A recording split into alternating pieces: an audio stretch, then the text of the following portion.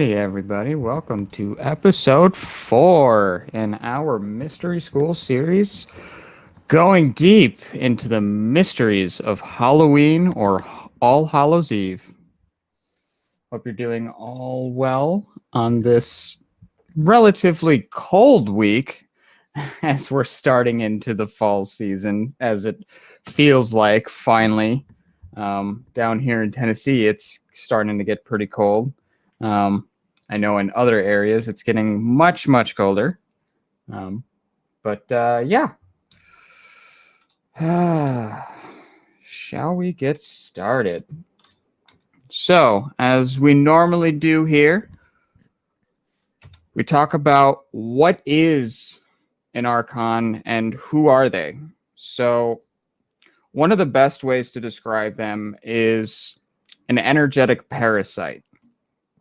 And one of the levels that they work on is really the sixth density service to self energy, which mainly focuses on heavy, heavy, dark, just, I would say, very sludge feeling type of energy, something that's hard to navigate for something that's, something that we would naturally be drawn to that's fluid versus something that's kind of mucky and dense.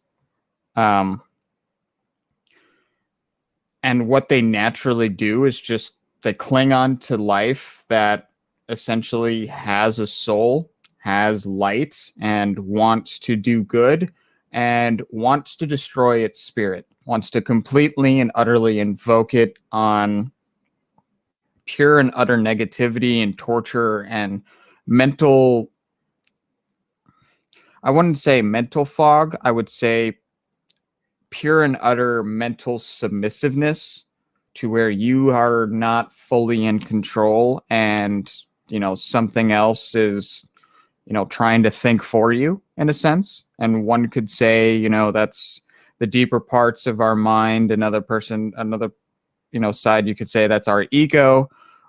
But on a core subconscious level, we're constantly taking in information. I mean, we all know here, if, we're going as deep as we normally go here in the New Templars, we all have a collective unconscious. Therefore, while we sleep, while we rest, while we're in a meditative state, we're open to different energies that are constantly going through. We are an antenna for those type of realms, and whatever we're trying to project out, we're going to attract. Xenox, do you want to? Yeah. Um, so to address the question, what is an archon? I can read a couple of different definitions for you guys here. And so I have some pretty good. It'll paint a nice picture for you. Um, so the archons, as Scuba was telling you, are parasitic entities. And they're like intelligence-driven mind predators. You can sort of put it. And it says from this source here that they exist in multiple dimensions, and they're able to slip from one to another within the lower frequencies of the sixth dimension all the way through the first. And they do not just solely exist in our dimension, which is the third. Uh, Though they are relatively unseen, they can affect our reality in different ways, and they have infected all forms of life in our galaxy to from one degree to another, as they are mind entities, and so they operate on frequencies, right? Which affect the mind matrix of an individual and all beings of the galaxy. Um, and so they can be thought of as an intelligent mind predatory entity, uh, like a leech, but more intelligent than that. And so do remember when you keep this in mind, remember the frequency is important, what you attract, because they feed off of it. They don't really have a form, but for those who've seen them, uh, it talks about fourth dimensional bodies, and they often appear as black slug-like entities. But yeah, we're not going to get too much into that. Let's see.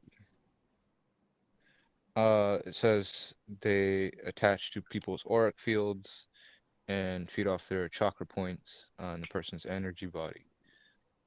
Just like a leech, but only extra dimensional. Um, so to get a little more nitty gritty into what is an archon, this page here kind of categorized them in a couple of levels. Level one is cosmological and Gnostic cosmology.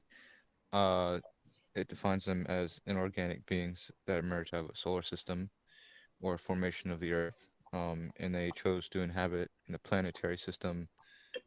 Uh, let's see. They lack intentionality at this state. Um, so I guess it's more of a reactive, more animalistic kind of sense.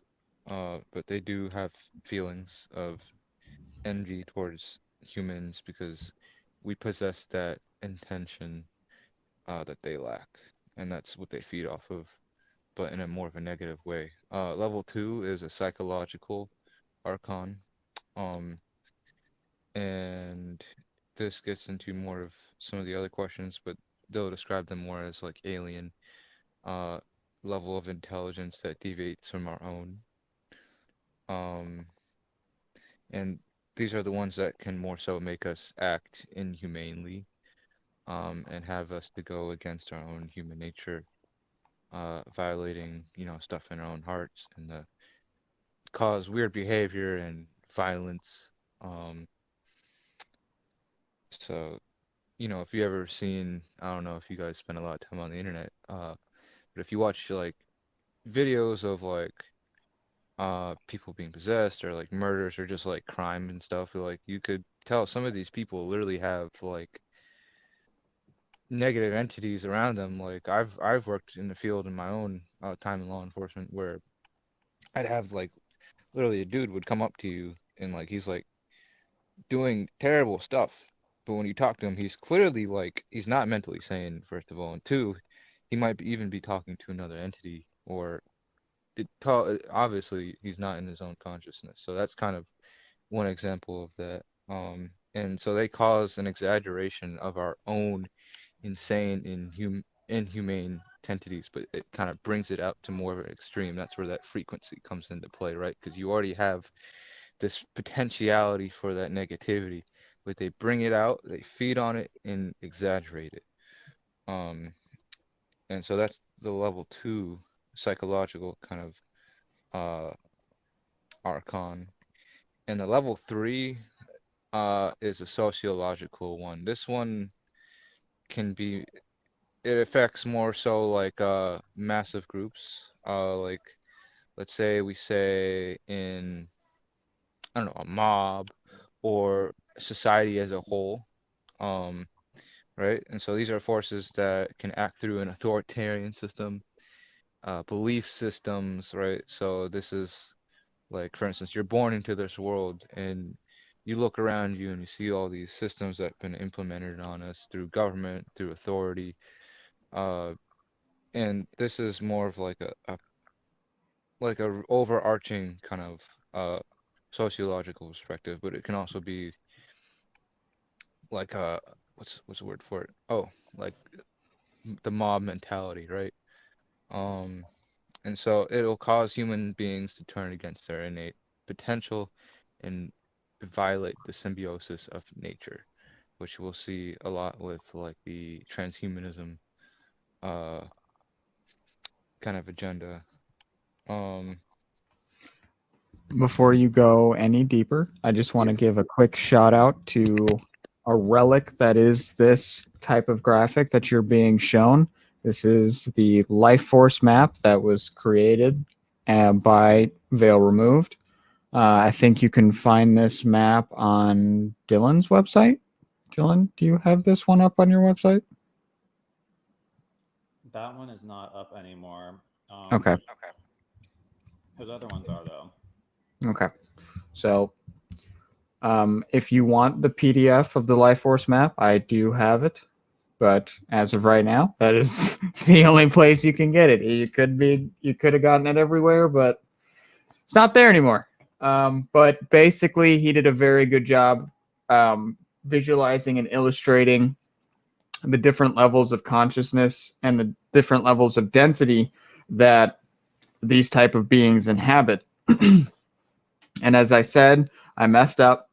I said the 6th density, but I was wrong. They really work in the 5th density, which is still some of the higher forms, even though they're purely service to self, in that, pure, they are essentially the essence of pure service to self. And as Xenox previously said, they are intentionless, meaning they do not. The lower level ones, the higher level ones actually do have intention. Okay. So there's even many levels to this. I didn't even know that. That's beyond that. All right. Just gave me a new perspective. So what type of corporeal form do they? Oh, all right. Let me do a thing. You go back to the slide. There we go. And boop. So what type of corporeal form do they usually prefer to embody? Flesh or spiritual? So this is a fascinating one. And this is one that I would say they really work on 2 levels. One, they essentially embody the person that's, most open to that type of energies. So a good type of person would be Hillary Clinton, or hell, even a Draco reptilian overlord. Somebody who is in high status, but is just filled with so much dark energy that they can just kind of puppeteer to have their will. And, it's not kind of they're physically puppeteering him. They're very much influencing the type of thoughts and actions that he would take. What I mean by that is, as somebody who would, try to think, or even a being of that stature, trying to think in a, perspective that is, okay, I'm slaughtering hundreds of thousands of people. Do I care? No. And I've probably spent many decades, many millennia doing that. But, at some point it was a child and it had to endure something so traumatic for it to be open to be open to these type of energies, unless it was, happened in circumstance or it was forced. And I know I'm going beyond in the deep end here, but, every being in the universe has to grow up. Every being has to come from somewhere. It doesn't just exist. Unless we're talking about a planet. That's a whole nother ball game of science. But Xenox, do you want to jump in here? Yeah, I don't know a whole lot about their forms. But everything that I read about them says it's spiritual, but it did mention them looking like almost like black slugs in the 4th dimension, what some mediums report, but also they have the ability to shapeshift because they don't necessarily take a particular form, and they're parasitic beings. And it says here they influence humans to live in illusion, separation, fear, darkness, etc. And it feeds off these certain brainwaves. And if they're cut off from the light and love of Creator and the universal dreamer. And so I guess they've lost all sense of what they are. They just feed off of this frequency, so to speak. And so they probably don't really need a form. They take whatever form they want or suits them best, or what naturally gravitates to them. It's not like uh I don't want to necessarily describe them as formless, but a shapeshifter would be definitely a good explanation of that. Well, even just beyond a shapeshifter, the picture that I have thrown up on screen, custom made by an AI generator. We also have a bunch of other images that I hand created in the AI generator to help give us a visual to this type of, I would say, phenomena versus, I would Yeah. say, an adversary, because this is more of, basing on what we know from channeled material, from what we know on basing on feeling, understanding of spiritual knowledge and history. It's nothing concrete, and I don't even think the map maker himself, fully understands archons. I mean, from what I've seen, they're kind of just they're at an interesting point on the map, but they're a little blip right next to Pindar, and Pindar is a subject that even he is puzzled by, as I understand. So Is that if I'm getting this wrong, is that the Earth? Is that supposed to be the yes, Earth? that is the Yeah, Earth. That so is basically that would be them. a level 3 archon that feeds off an entire society or like a large group, and so it affects the macro consciousness of literal systems and societies. And so that's one great example. If you're born into a world and you look around, everywhere is a certain way, and you find this resistance towards that, and it doesn't match up with the intentions of of the universal creator, it's most likely an archon that's doing that. And that is almost the mission of a starseed, really, is to bring light into the world and to get rid of those negative frequencies, so those extra-dimensional entities, in this context the archons, um just one of many, but uh cannot feed off of that negativity and create that influence. And me personally, it took me a while to generate this specific picture because I really wanted to try and grasp that parasitic nature while also giving a good representation of what, this type of, would look like circling the planet. I mean, you wouldn't necessarily, it doesn't give the details of how parasitic each little, kind of ring is, but it gives a general perspective of saying, hey, this is some dark, deep energy and it circles the planet. It's not just local. So it's Um, it's it's fascinating thing to think about. yeah, Now, so I found something pretty cool before we move on to the next topic. we're not going to Um, move on to the next topic. oh, We're going to move on to something a little bit within this one, but I felt that it was all the more important. So let me go to my folder here and just quickly pull this up. So oddly enough, there's a lot of interesting media about archons, and a lot of their forms make them show as very Egyptian on the right and very energetic on the left. Now, these are from two very specific games, but you can, go online and find different archonic style enemies all throughout games, movies.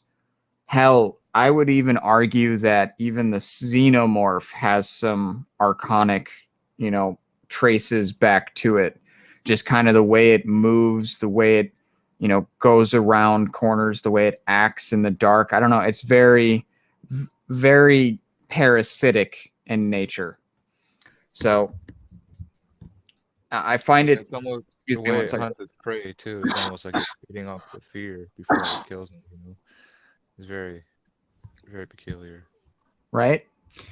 So it's fascinating how our general media kind of portrays archonic energy versus just kind of displaying it. And I want to be very specific. The definition of archon in Greek is a ruler.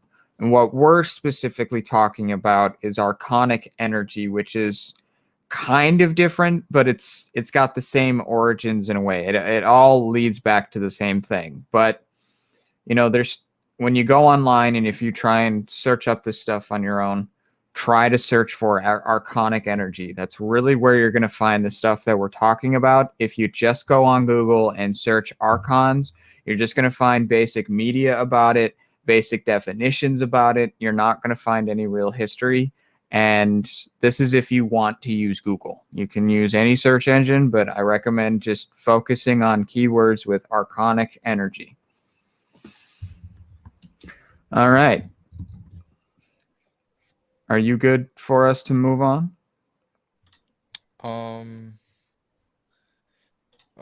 Which one are we on? The what ancient text is mentioned? Or is that the next one? I think we already did that one, if I'm not mistaken. Okay.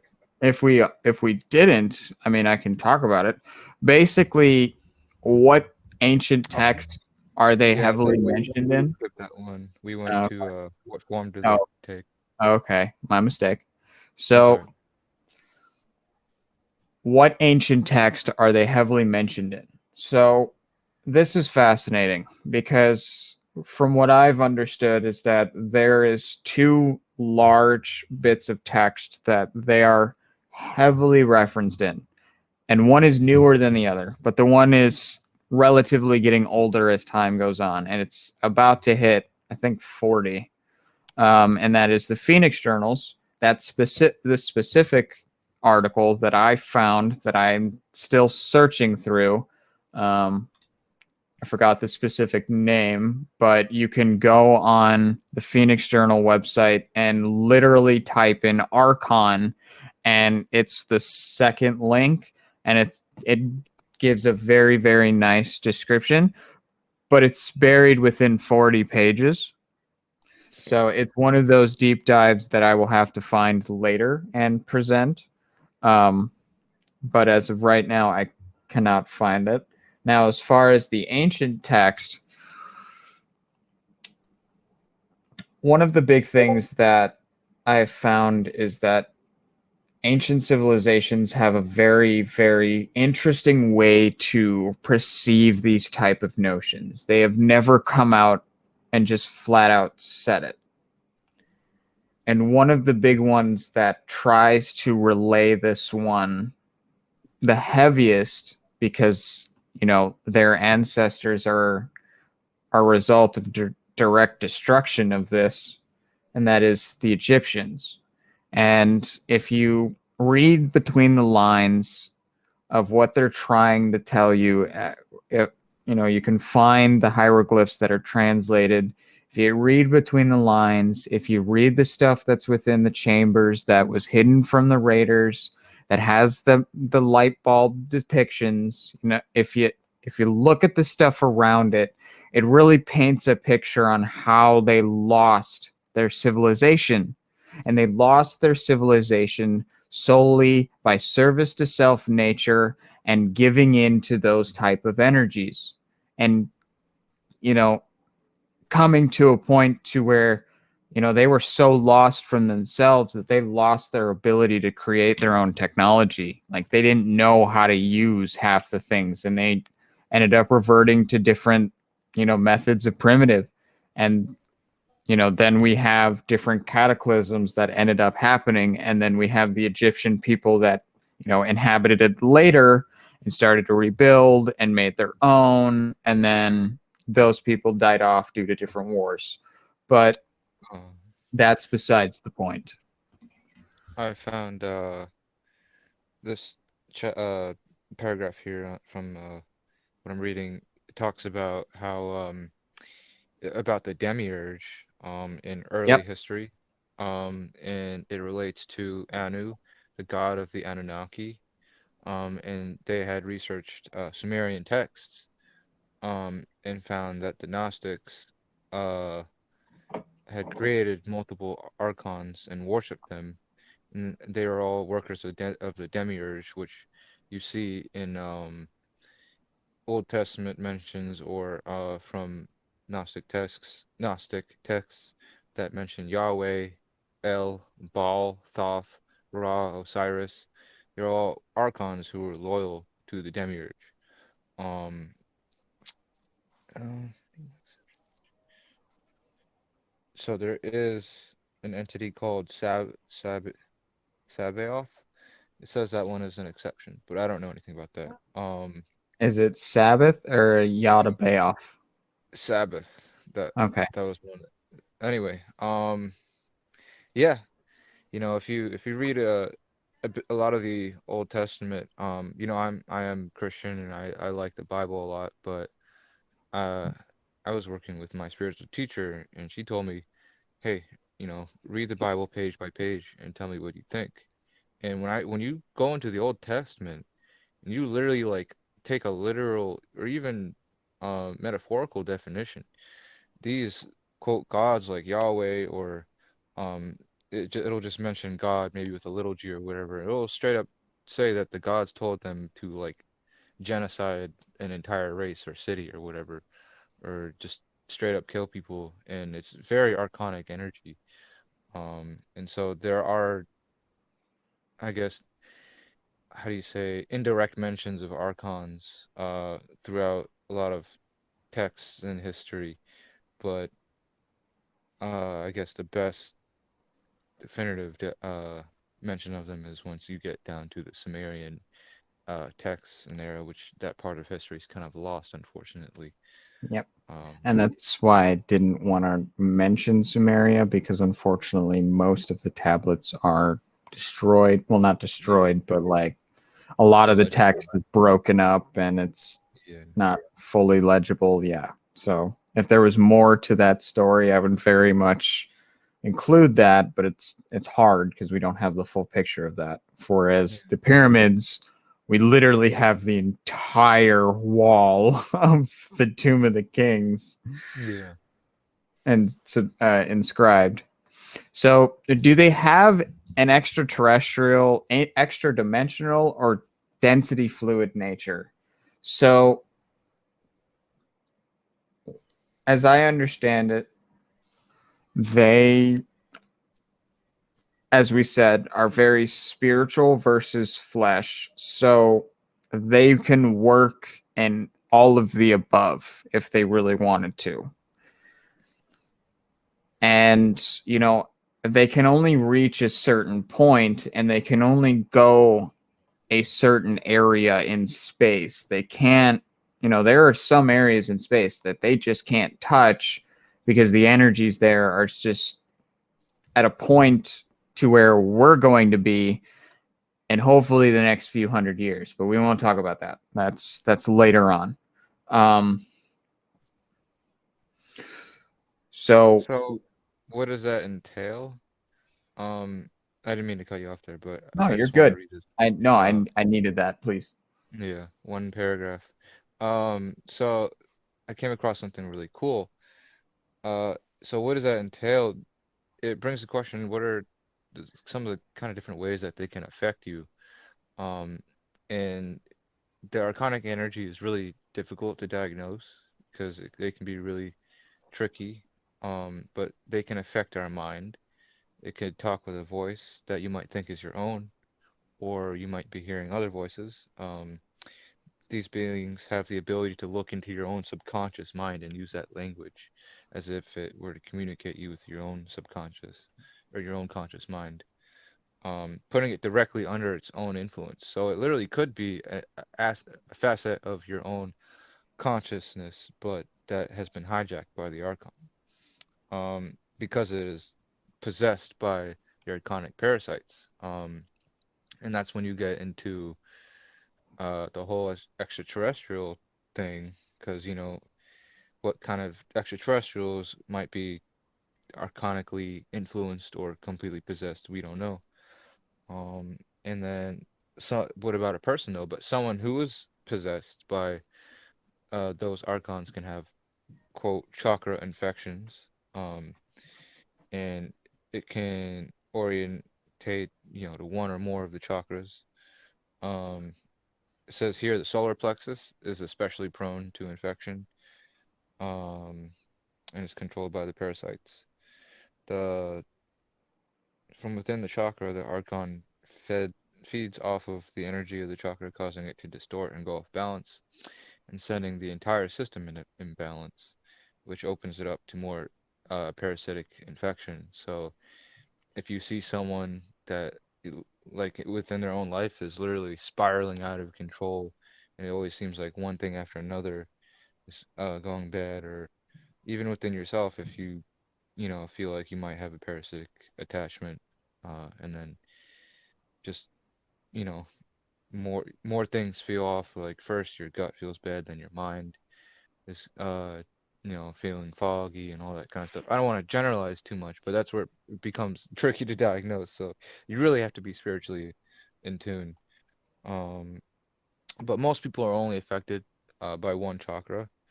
Uh, but there are those who are fully possessed. Um, and it says here, well, we all know this one. Often they are in positions of power upon earth. And many of the atrocities acted upon the world stage are archonic agendas in play. And that's, as we saw from that photo that Scuba had shown us, was the level 3 archonic energy. So you can take it away from here. Would they be considered the ultimate form of service to self or something else entirely? So before we even dive into before we even answer that question, we should answer what is service to self. And there is no better person to explain that than our great Law of One nobleman, Junk DNA. If he's gonna unmute, he might not even be at his desk. You there, Junk? Oh dear. Oh dear. Dylan, did you want to help us with that one?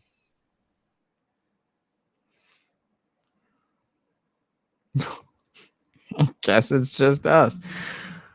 Okay.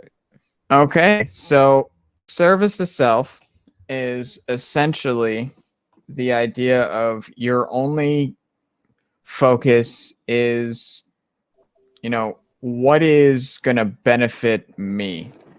What is the highest possible outcome for me and me only? Screw the other guy. Fuck him. I don't care if he dies. Hell, I'll kill him for you if it'll help me. It is, it is that ultimate need to better yourself over somebody else. It is the complete and utter, as we would say, left field move that someone would do. Now, on the other's token, you have service to others, where you embody the idea of helping the other man, loving unconditionally, offering support, being there. But it also has caveats. The thing about service to others is that it isn't always about constantly giving to others. It's also service to self unto service to others, meaning you are to better yourself, not enrich yourself. You are to, constantly grow, not be, I don't want to say conceited with nature. I want to say, Yeah. I wanted to give a quote that can really articulate no, what you're go for it. saying. And it's actually a really old saying. Uh, I think it goes all the way back to like Greek time or even before then. But it goes, physician, heal thyself, right? Um, and the logic is if you are a doctor, you're gonna make sure you're healthy before you begin treating other people. Because if you're sick, you're wounded, you're not able to do your job the fullest to the best of your own capability, you're only going to be a hindrance to others. Or at the very best, you're going to be helping people to a lesser capacity than you would normally. Um, and so when you start mentioning service to self and service to others, um, uh, oh, that kind of goes into the next question a little bit. Did you want me to get into that?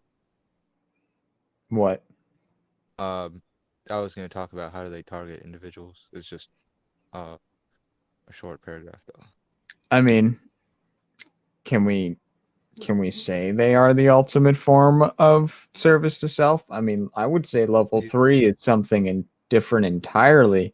because from what it seems to me, level 3 is in its pure form Wetico, and I'm doing a little Yeah. wordplay from That's Dylan funny here, because like just they literally mentioned the Wetico in one of these articles.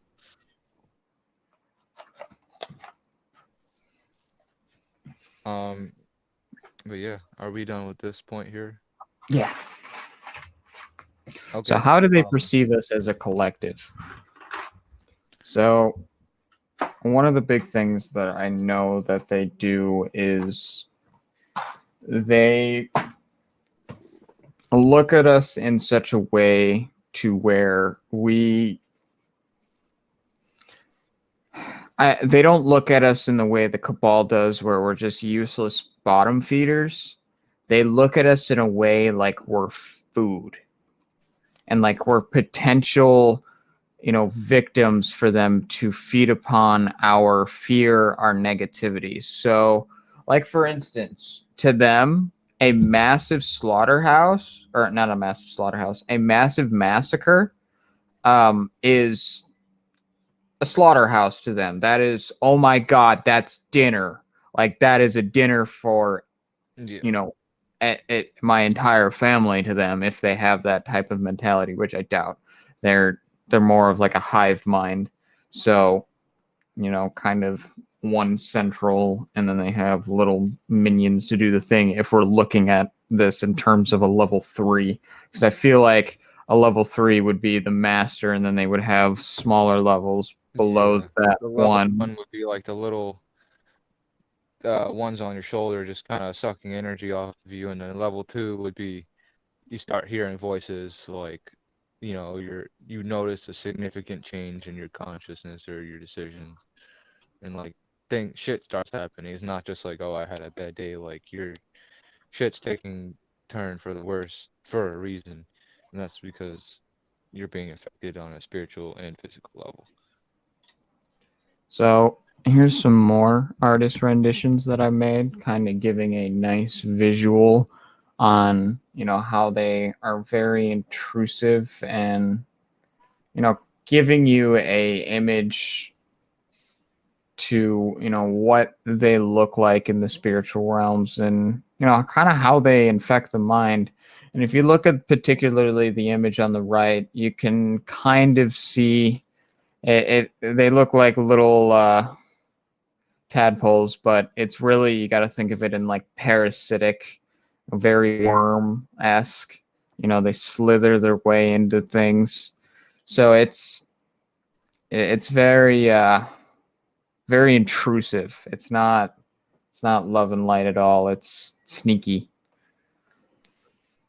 And I would say the one on the left would be a level 2, Yeah. kind of overshadowing the person, kind of standing by it. And, he's essentially, I would say that would be something that I would following him. It's understanding his movements and really honing in and absorbing everything that it wants And from the human. it really brings a question to ask, what influence do archons have in like serial killers or mass shootings, especially when someone goes through something like that, and then whether they're lying is another question, but they claim, oh, they don't remember anything, were they possessed? And then you have, back to the witches and warlocks video, people doing rituals to bring in other entities or archonic energy uh to create such dark events to happen. Uh and yeah, wow, I just felt a lot of darkness while bringing that up. So that's definitely I think I hit that one right on the head. But on a lighter note, or not lighter, but talking about the light, the higher you climb up the ladder, the more work you do on yourself, the lighter you become, and the more open are to this archonic attack, and that's not because necessarily it makes you more susceptible to it, but it's like attracting a moth to the flame. They pick up from the sea of the collective consciousness and see uh, they attack you directly because they don't want that light to come in. Many light workers are under heavy attack from others, um, and it can cause division, blame, anger, fear, etc. Um, and you know, people might be acting out of character, etc. But that's all part of their agenda, right? They don't want you to embody that more of that light because then you become less of a food source for them. So it kind of puts a target on your back, not to make you scared or anything, but it just comes with the responsibility and awareness of your own consciousness, and that you do have to have that sense of not only pride but uh, caution, you know, as a light worker. What are these here? Um, These are more artist renditions, kind of giving you another visual on, different looks of archons because they can take on any form they choose depending upon the level. hmm. I'd say the one on the left would be a level 3, kind of Yeah, overarching definitely over the look planet. like that could be, either planetary or if that's on like the ground there, it looks like it could be controlling like a societal system or a group, large group. So that's definitely level 3. And the one on the right, did you say that was level 2? It looks like it's like on the cusp of Yeah, becoming a level 3. So it's a maybe. little a big boy too. Very big boy. Yeah. So just kind of giving different visuals for you.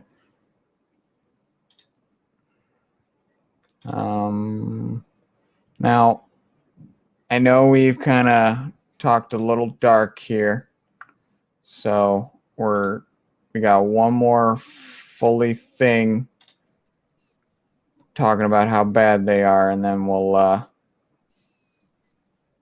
switch it up a little bit here. I promise. So, how do we combat the war that goes on inside the mind due to their influence? And the only reason why I'm skipping a line is because it was repeated. If you hear me, Junk, you repeated a line of questions on me. Which one was that? How do they Look at perceive us as a collective? How do they target individuals on a mass scale? Is that the one that was repeated? look at the one above it. Oh, how do they target individuals? It's the same Oh, question twice. yeah. Just well, yeah, Yeah, I know that because I curated the questions, man. yeah. Anyway, how do we combat the war that goes on inside the mind due to their influence? So, this one, okay, I'm going to get very basic here. You don't have to meditate. You don't have to eat healthy. I mean, it helps, but you don't have to.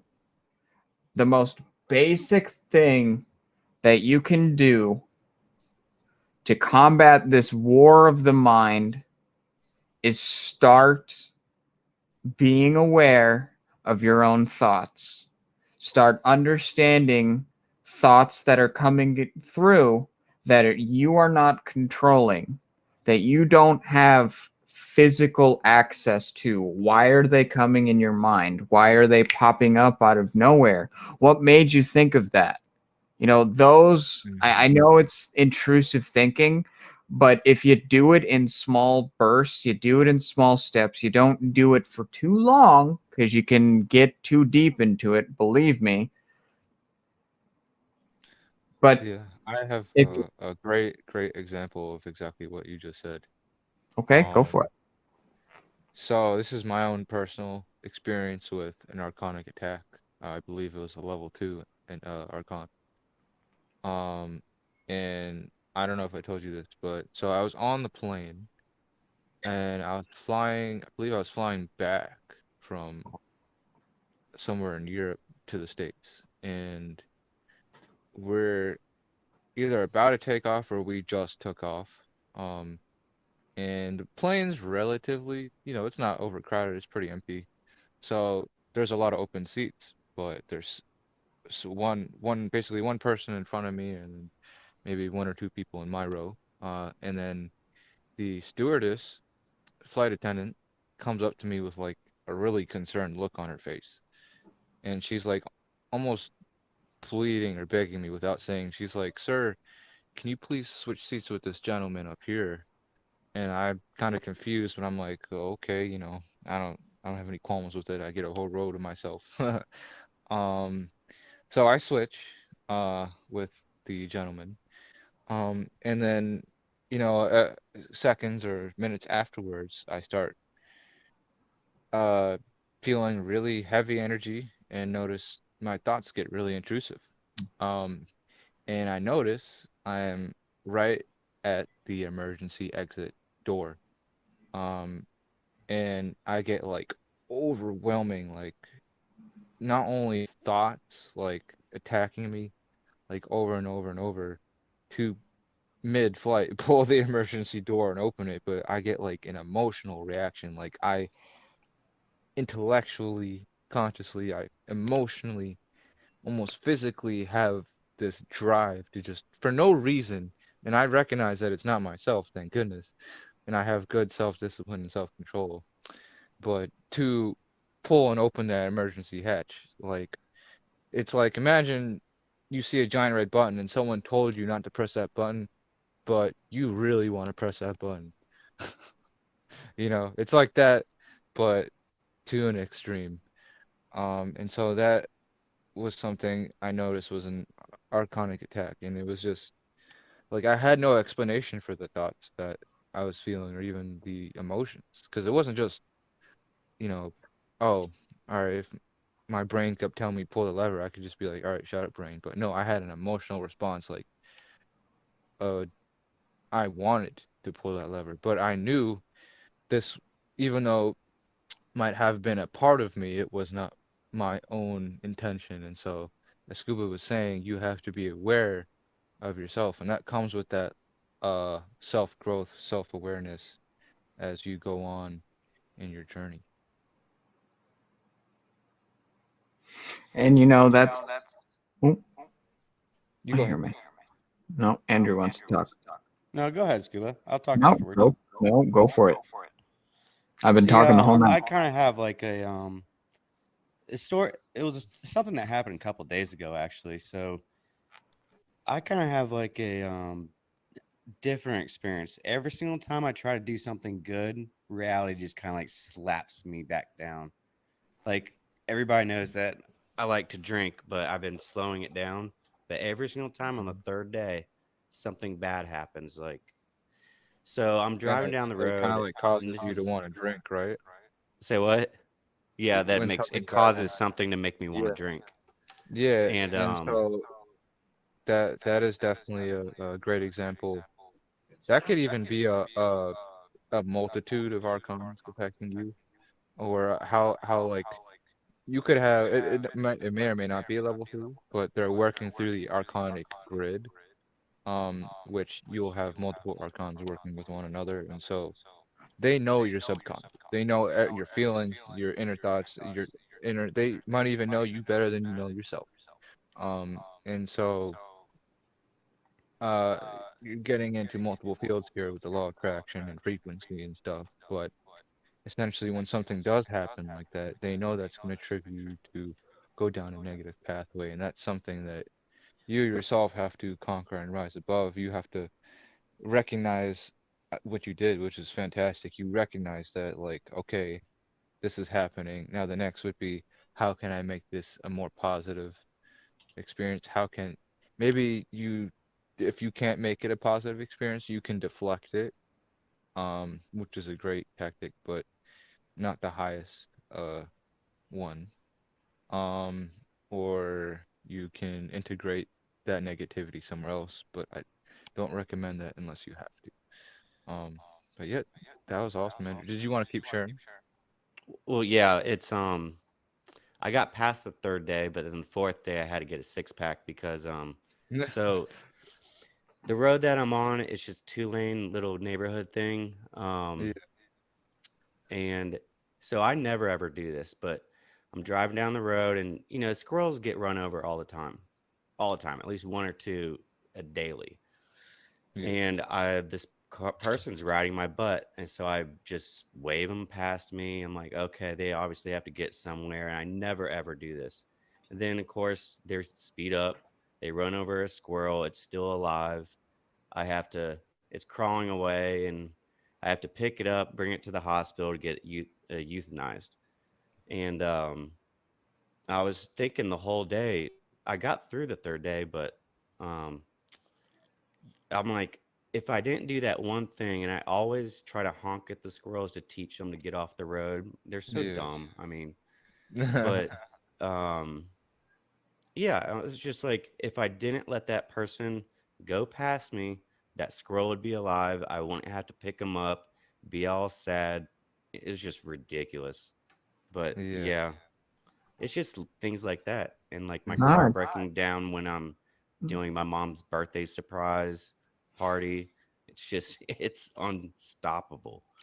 yeah. So, one thing I haven't experienced, I don't have an experience similar to share, but um, I have gone through because I'm very sensitive and I love nature like you. So, I my dog has killed like a chipmunk and I've ran over some birds.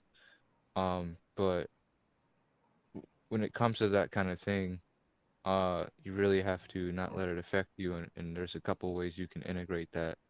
And it is life and death is a part of our nature. Um, for instance, when the my dog killed the chipmunk, that's a part of nature, right? When I ran over those birds, those birds could have been suffering, and there was a reason for that.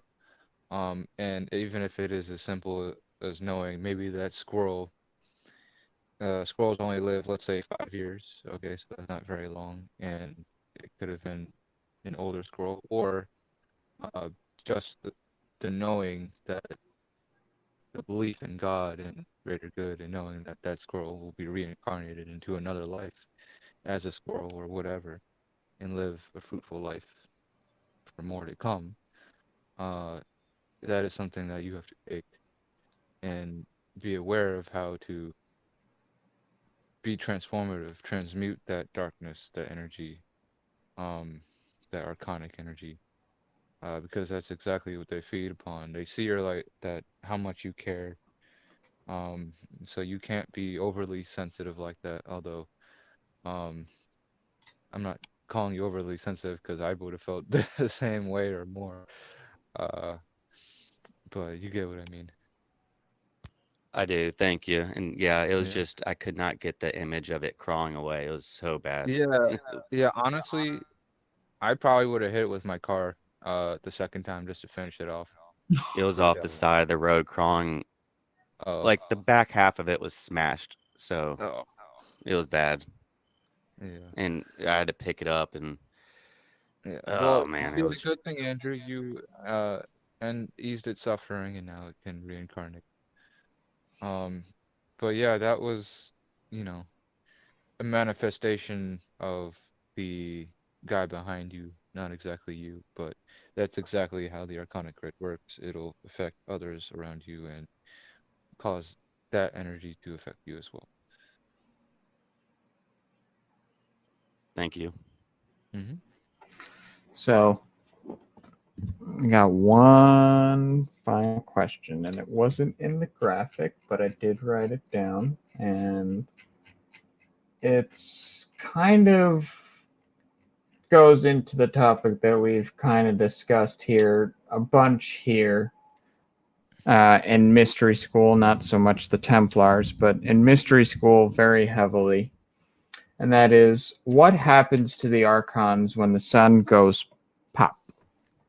So, Could you define your terminology there? Because some of us might not be. when the sun finally does its big flash and we go into a very I like to call a very interesting period on Earth, a very rapid Solar flare. change.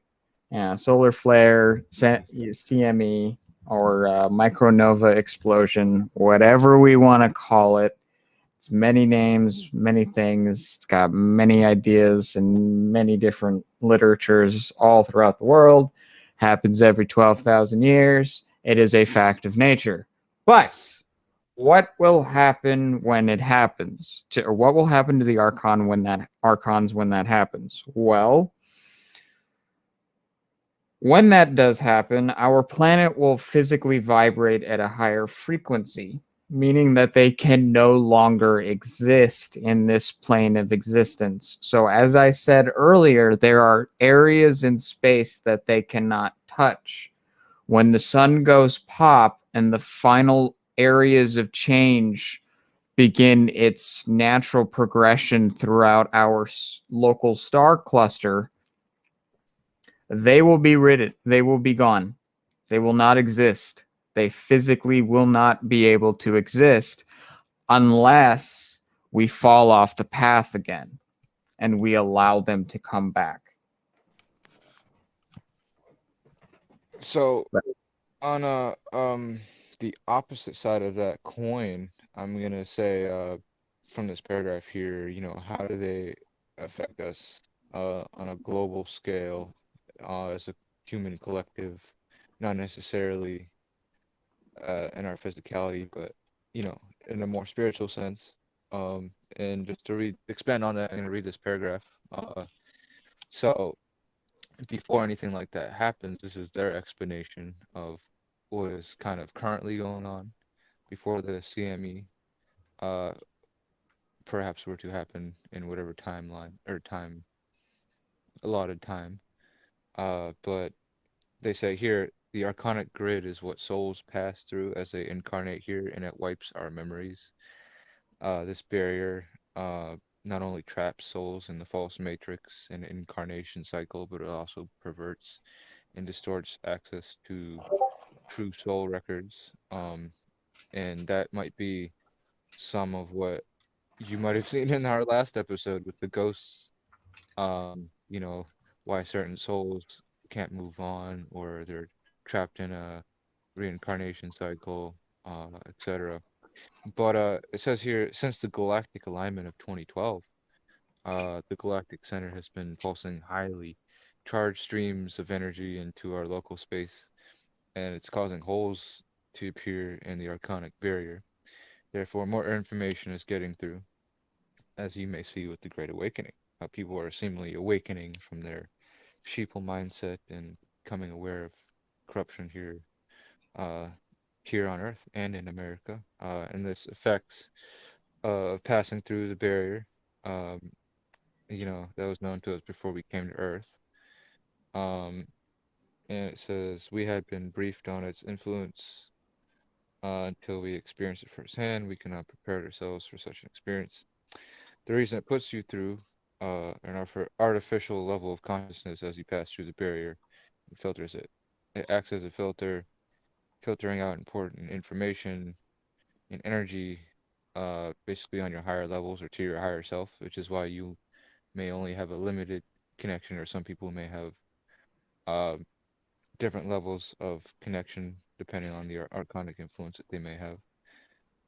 So it locks us into that left brain hemisphere, the rational mind, um, and encodes belief systems in your mind, which we didn't really touch into, but it gets into the overall archonic agenda, where it can start affecting your genetics. Um, but the let's see, yeah, yeah, that's basically it for that paragraph. Junk, are you alive out there?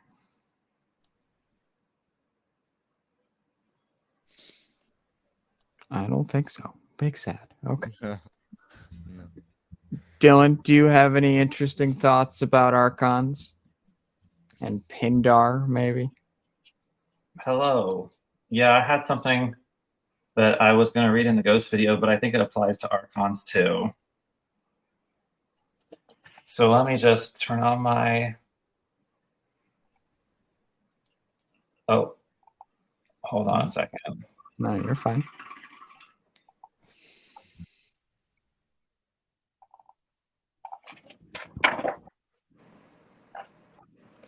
Here I come.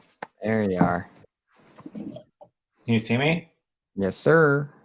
Oh, it's so weird how it doesn't show me my own video anymore. But anyways, so I was starting reading this Proofs of a Conspiracy book. I just read basically the introduction, which is the first 4 pages, and then I skipped to the end and read the last few pages. Because a lot of this is obviously pretty outdated. This is from 1789. But a few things that really I found interesting was on page 2 here. He was saying, so this is talking about the Freemason lodges being infiltrated by the Illuminati, okay?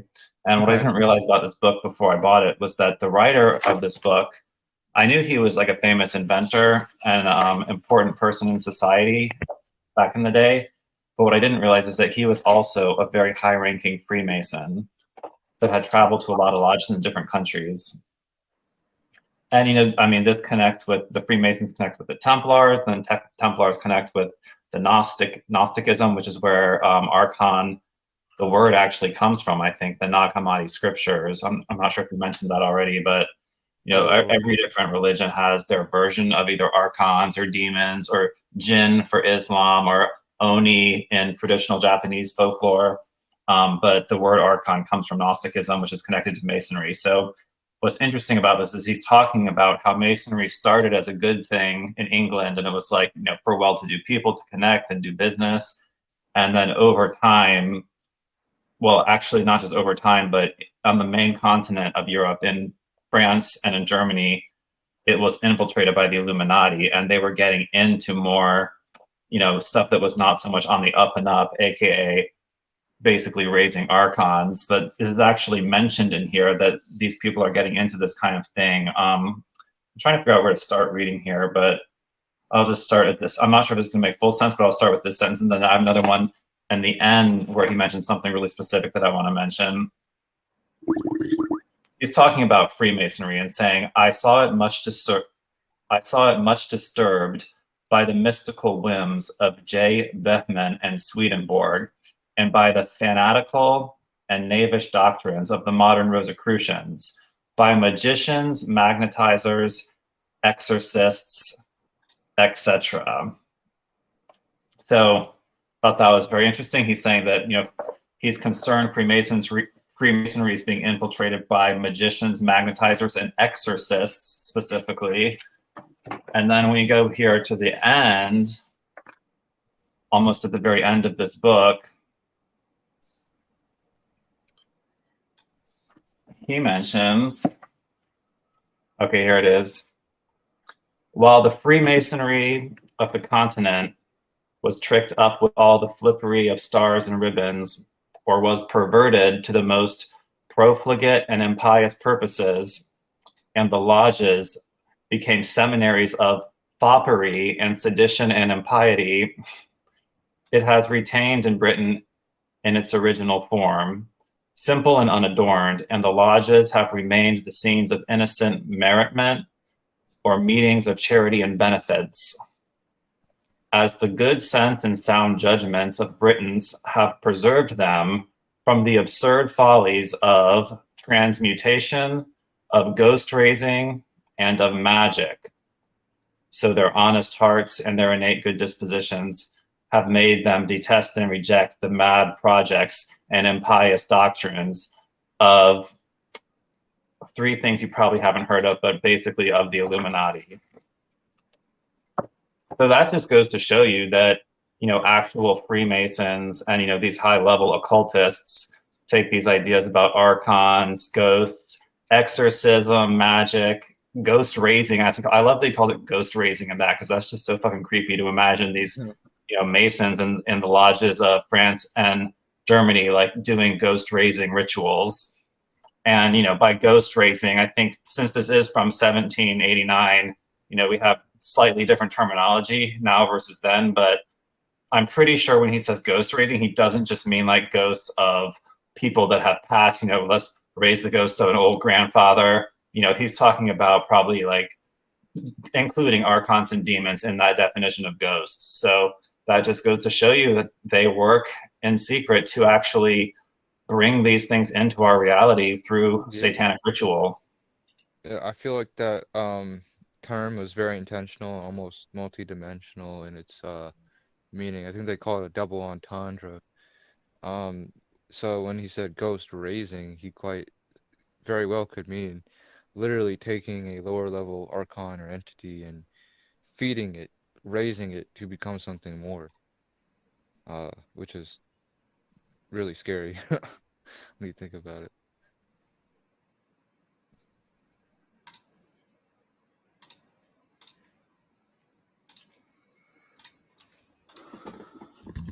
Thank you so much for that description, Dylan. I really appreciate it because that was well said. So, as we always do here at the New Templars, or not really the New Templars, but more or less the Mystery School, we like to sit here and observe the sun and see what it's been doing these past couple days. So, on my usual seismograph from solarham.net, for the most part, it's been necessarily quiet. No noteworthy events have happened as of late, but coming up, we have a level 5 solar storm imminent. Could be something bad. Probably could take out some power in some areas, depending upon how big the pop is from the big ball in the sky. But other than that, relatively quiet going into the end of the month. As far as geopolitically, Vladimir Putin just gave a speech outlining his attack plan for the rest of the Ukraine regions. And yeah, it's going to be fun.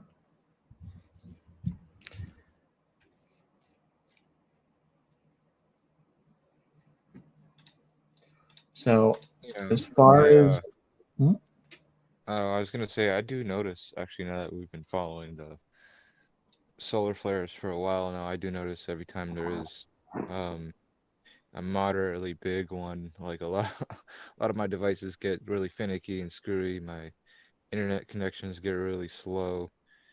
Uploading things is impossible, and even last week my freaking Xbox fried itself. Shit, I get more angry when it's solar flash days. Like I have such a short temper, it's ridiculous. My ears won't stop ringing. Really? Well, it hasn't been raining today, but for the past week and a half, it's been really high pitched. That's a good sign usually. No, not if it happens too much. If it happens every once in a while, sure, but if it happens too much, you could get problems. But as far as the topic for tonight, that is all I wrote. We delved really deep into this topic, talked about different areas that these type of beings inhabit. I want to thank the work of Veil Removed for giving us a very nice beginning graphic. I want to thank Dylan for showing up this evening and giving us a very nice descriptive of, a very rare, book that not many people have heard of or even read. So thank you very much for that passage that you shared. Xenox, thank you very much for being a lovely co-host this evening.